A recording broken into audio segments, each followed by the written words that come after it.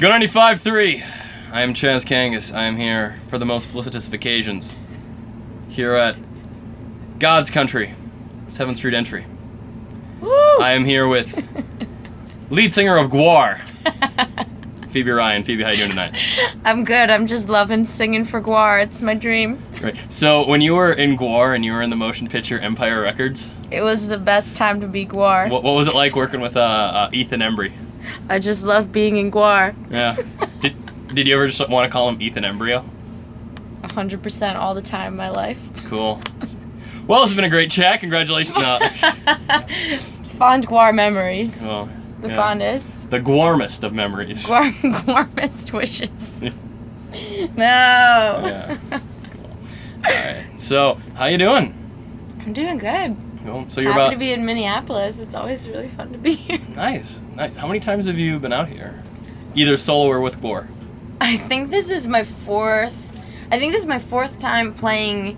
Well, actually, there was one time we didn't play 7th Street, but I think this is my third time at 7th Street Entry, fourth time in Minneapolis. I think that's about right. Nice. Yeah. Nice. It's always so funny coming here because you think like, oh, we're outside of Chicago, we're like in the Midwest, like you never know like what to expect because it's like you're like, oh, you're not in New York, you're not in LA, you're in the middle of nowhere. But actually the turn up here is so crazy for my shows. Like everybody goes nuts. Like it's gonna be like really a fun one tonight, and it always like surprises me, and I think everybody is always like, oh shit, that Minneapolis show is kind of lit. Like, kind of lit. Have you been in the bathrooms at 7th Street?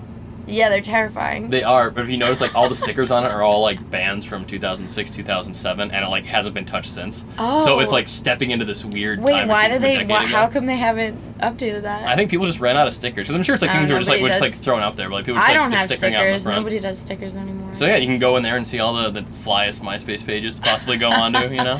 Wow, that's so funny. Yeah. It's a delight. Cool. Amazing. Cool. So the tour started on October 31st. Yes, on Yeah. Halloween in Philly. Yeah. So what is Halloween in Philadelphia like, and especially presenting music on such an evening? Okay, so it's kind of crazy because my mom made me this crazy Halloween costume, and so I really felt like I was killing it. But okay, so just for background story, I was a Minecraft creeper, so she literally like had me in this like box, like cardboard box, green, just like Minecraft straight up. And so I get on stage and all of a sudden I'm like in a panic because this is like first night of tour, like here we are in Philly Halloween night. I'm stressed out as F. And I realized, like, I'm in a box on stage. How am I supposed to move? How am I supposed to do anything? I was, like, panicking because I just was, like, it was so... I mean, I ended up just taking it off and being like, okay, we're going to have to just do this without the costume on. But I never thought I'd be so nervous with a box on stage. Wearing a box. Was it the box that made you more nervous, or? Yeah, 100% the box made me more nervous because all of a sudden I realized, like, I can't move. I don't know if people are laughing at me or with me, or I just like didn't. It was just a vibe I was unfamiliar with, and I kind of was imagining what it must be like for like a children's performer wearing a giant costume. Like I would hate it. I'm so happy I don't have to wear a costume on stage. I'm so happy it was just October 31st in Philadelphia, 2017. So now that you're the lead singer of GWAR, you're bringing it to a costumeless new level. The costumeless era. Yeah, this is the lick it up era for GWAR. Like when Kiss took off their makeup, this is gonna be. Oh my God, no. The gimmickless era of GWAR. The GWAR acoustic. GWAR unplugged. Gimmickless era. I'm glad you mentioned though you mentioned the discomfort that you sort of have with. Oh, sorry, I'm dropping quarters. We're balling in here. Because your music, and especially on the new James EP, you have a confident vulnerability. There's a certain level where you allow that sort of intimacy and that exposure, but there's such an assertiveness of it that's just so very genuine and just so very organic, it feels like. Is it a challenge to translate that to the stage? I don't know. I don't know if it's... I feel like I've been doing a good job. I guess that maybe that would be more of a question to ask, like, somebody else who's at the show if they think I'm doing a good job. Because I feel like the songs are so naturally just like who I am, that when I'm on stage I really just feel like I'm just like in this kind of flow, and I think it all comes across, but also I'm just being me, so I don't know if I'm doing a good job. I think I am, though. People clap. It's always a good sign. People clap. People go nuts. I mean, Philly would let you know if they didn't like the show, especially on Halloween. Oh yeah. No, people have been loving it. They would have stolen your candy. Yeah, they totally would have. No, people have been loving it, and I think that with like the James EP, and I think like the whole like just whole vibe that I'm doing lately is just I'm just trying to be my damn self, and I think it's working. I'm hoping it's working.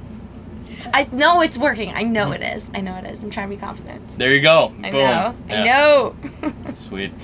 So on the... Oh, man, these GWAR fans. These GWAR fans are knocking on our bus windows. Damn. Yeah. So on the James EP, one of my favorite lines is regarding the Iron Maiden T-shirt. Oh, yeah. Yeah. And you've mentioned like the EP itself is... There's elements of reality into it, I think, yeah. you know. Like my reading of it is it isn't an EP about facts, but it's an EP about truths, if I may say so. Oh, interesting. Yeah. So I like that. That in mind, what now is your favorite T-shirt in your collection? Okay, so honestly, my favorite T-shirt in my collection that has been my favorite since probably high school is this Kiss shirt. And it's like this oversized, giant purple Kiss shirt. And my like high school boyfriend got it for me at a garage sale, and it's like just has been the best shirt forever. This Kiss shirt, like I literally can show you it. Do you know which you know which one I'm talking about? My drummer Jason knows which one I'm talking about. He agrees. It's never failed me. I don't know what it is. I wear it as a dress sometimes. Sometimes I just like, I don't know. It's just like it just never fails, and it's the best. I love it. So we've been playing Forgetting All About You, Mm-hmm. which is you and Black Bear. And Black Bear actually just performed with us. We had our Big Fancy Go Show concert, which was Black Bear, Wiz Khalifa, Vince so Staples. Crazy. Yeah, it was awesome. A really good time. So how did you link up with Black Bear? So it's funny, my two friends, Joe and Jason, I've been friends with him for years, and I wrote the song Forgetting All About You with Joe and Jason, and it just so happened like all of us like came together, and Black Bear heard it and was like, oh, I would love to like hop in on this song, and I was like, damn, that'd be amazing, let's go. And then when he sent me his verse back, I was like, that made the song 1,000 times better. Like he just killed it. Like it was, yeah, it couldn't have gone better, I think. He's the man. Yeah. Yeah, I'll show you the picture. You've seen the picture. I sent it to you, the one that he and I took when... Yeah. Yeah, it's amazing. Yeah. Good old BFF Black Bear. BB. So, yeah. Yes. Cool. So, and one thing about that is you have, like, the animated video for the Forgetting All About You. Mm-hmm. And being the fact that, you know, we've known each other for 9 years now, I think it is sort of. Great, Both yeah. of us being NYUnicorns. Unicorns. And you've always, even like back then, in such a distinct style, and you had like the imagery, and I'm glad I'm saying this now as I'm seeing Lance Bass on the phone case. My phone case is a custom phone case of Lance Bass going to space. Yeah, the finest moment in our country's history. That's why Obama won. And so you... Even with brown hair in college, you thought I had a vibe. Yeah. There we go. You got that pushed down, you know? You got it. There we go. So, yeah. Profile pictures with blood all over you. Yeah. And, you actually made Formspring worth reading for the 6 months that Formspring was around. So. Oh my gosh, Formspring. Yeah, all the classics. Yeah, classics. So now like you have the creativity being shown in the imagery for that, and which I believe are a lot of your own drawings, and you worked with an animator friend too to do the Forgetting All About You video. The full video I did with my friend Ida, who's an amazing animator, but all the other animations outside of the video and all of the artwork I've just been doing myself. So what was it like when you decided to take that step really into it? And when do you ever feel inspired from artwork you're making into making a song, or is it more the vibe of the song first that then makes you want to create the imagery around it? It's more the song happens first, and then I decide, like, then I kind of figure out which pictures or like drawings are evoked from that. But I don't know, drawing is kind of like a hobby that I just like picked up again, and I finally felt like I had the confidence to like just put it out as my artwork, like for the world. And before a year ago, I definitely wouldn't have felt like I was in a place to do that. But now I'm kind of just like in this mindset where like if I like something, then that's all that matters. I like it, and because I think if I don't know, if I like just genuinely love something, like that's the taste that I like and that I want, and everything's subjective anyway, so who cares? Cool. Yeah. So James came out as an EP, and previously, you mostly just put out EP works. What is it about the EP format that appeals to you versus like in such either a singles-driven world now, especially with streaming, or versus the rush now, especially physical stuff for full-length albums? What is about EPs that you feel is the best way for you to create, or especially for these projects? I really an EP is like it's really, especially with this one, I really feel like it's been a good way to just have everything condensed and have like it's just like more easy to digest like than an album. And just for me right now, like where I am as an artist, I feel like I just needed like a little kick before doing like a full length album, and this is kind of a good way for me to test like, okay, what's working, what's not working. I don't know, that's just kind of like, it just kind of really lets you like dip your toes in the water, so to speak. And it's just like a good way to tell like a nice little story all at the same time. I don't know, it just seemed to be like a little bit more digestible than doing a full album at this point in my life. Yeah. Well, it's a concept EP. Yeah, the concept being it's great. Oh, thank you. Yeah. Yes. So one theme I've noticed in a lot of the promotion and the interviews you've had surrounding this EP, though, is what your life's been like a lot within the past year. And one thing that's been recurring is you've mentioned, too, taking better mental health care of yourself.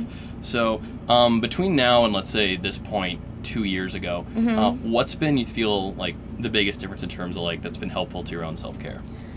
Wow, that's such a good question. I don't know, like, I think one important thing that happened earlier this year was I stopped drinking, and that's been like a huge like kind of game changer for me. I just felt like I was getting like too ratchet with it, you know what I mean? And so taking a step back from that and kind of stopping drinking has been like a huge game changer. And I've been meditating a lot. I think that's been like probably, other than like not drinking, has been like one of the biggest things that has changed. I love using just like the Headspace app. I'll just like literally throw that on for 10-15 minutes and just go.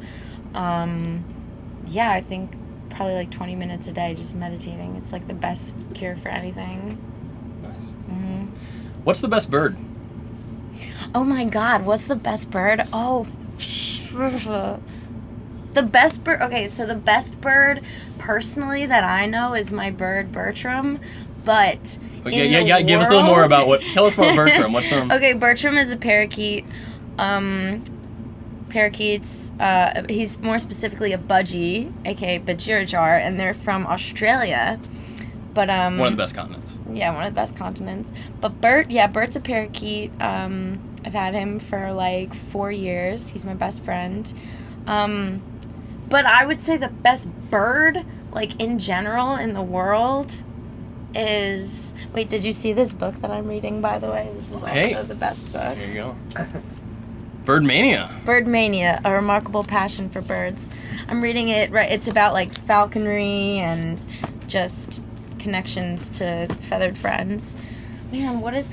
okay, I love coastal birds. I love herons and gulls and geese and swans and stuff. I could go on and on about this. You have to stop me at some point. No, I'm just going to keep talking about my demographic is largely birds, so it's going right in the pocket. I will say I love swans. Swans, there are swans that live in my backyard, and I love them so much, and they're the best. I don't know. They're mean and they're beautiful.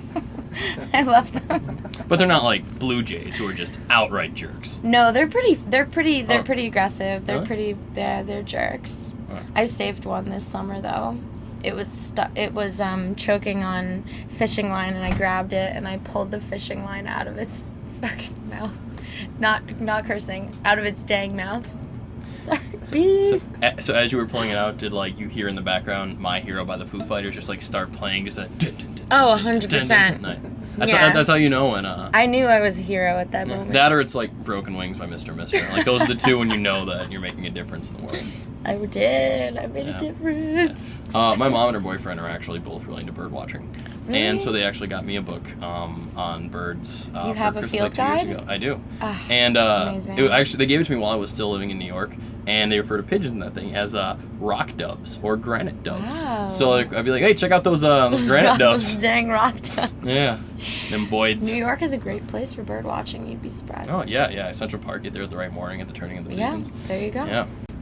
So, you've had Man on the Moon, of course. You wrote for Britney Spears. You're the hit with the Chainsmokers. You've done a lot. But in all the things that you've done, and is there anything you're particularly proud of going through? Anything you've done, mostly music, but or if it's been something else art-wise that you're really particularly proud of that you wish was more well known. What would that be? I think like as of right now, I think the James EP, like definitely like as a whole, I really feel like it means a lot to me, and I think it would mean a lot to other people if it had more exposure. So yeah, right now that's the best answer. Definitely that EP. Excellent. Yeah. Cool. Thank you so much. Thank you. So great. Thank Looking forward to you. tonight. Yes, it's gonna be awesome. Cool. 7th Street. Yeah.